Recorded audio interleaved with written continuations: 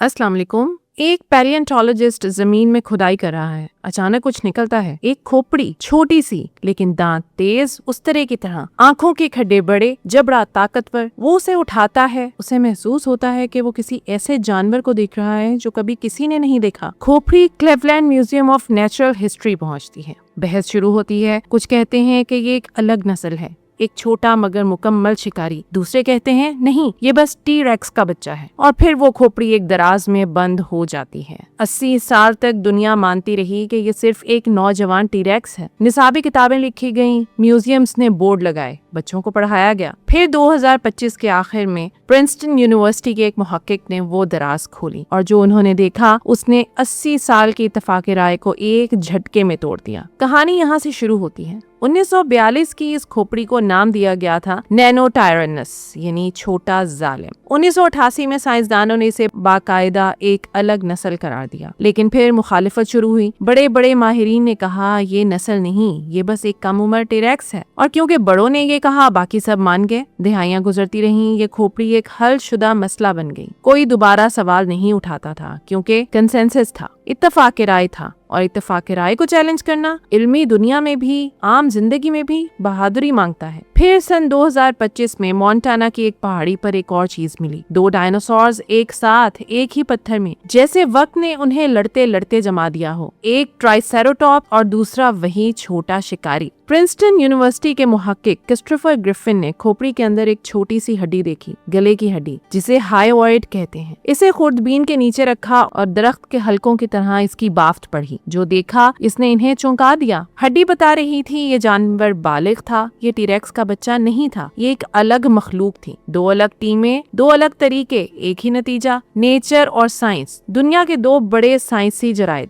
दोनों ने ये तहकीक शाया की। 80 साल की गलती साबित हो गई। नफ्सियात में एक असूल है, सोलोमन एश ने 1950 की दहाई में इसे साबित किया था। इसे कन्फर्मिटी कहते हैं, हम आहंगी का जबर। एश ने लोगों को एक कमरे में बिठाया, सामने एक सादा सवाल था, 3 लकीरों में से कौन सी सबसे लंबी है। सवाल बिल्कुल वाज़ेह था, लेकिन कमरे के बाकी सब लोग जानबूझकर गलत जवाब देते थे। नतीजा 75% से ज्यादा लोगों ने कम से कम एक मर्तबा वो जवाब दिया जो उन्हें गलत नजर आ रहा था, सिर्फ इसीलिए कि बाकी सब ने भी वही कहा। आंखें सही जवाब देख रही थी, दिमाग कुछ और कह रहा था। हार्वर्ड और MIT की तहकीक बताती है कि जब इंसान किसी गिरोह की राय से इख्तलाफ करता है तो दिमाग में वही खतरे के इशारे जलते हैं जो जिस्मानी तकलीफ में जलते हैं। गलत होना तकलीफ देह है, लेकिन समाजी तौर पर अलग होना इससे भी ज्यादा तकलीफ देह है। इसीलिए पैलियोंटोलॉजिस्ट चुप रहे, इसीलिए निसाबी किताबें नहीं बदली और इसीलिए 80 साल लग गए। हमारे माशरे में ये हर रोज होता है। एक दफ्तर है कराची का, मीटिंग है, बड़े साहब एक मंसूबा पेश कर रहे हैं। आपको मालूम है, आपको यकीन है कि इसमें एक बुनियादी गलती है, लेकिन आपके इर्द गिर्द सब खामोश हैं। वही जो 1942 के दराज में हुआ था। नैनोटायरनस को गलत लेबल मिला और 80 साल कोई सवाल नहीं उठा। आपके दफ्तर में, आपकी क्लास में, आपके घर में कितनी खोपड़ियां हैं जो गलत दराज में बंद हैं क्योंकि किसी ने अभी तक वो गले की हड्डी नहीं देखी।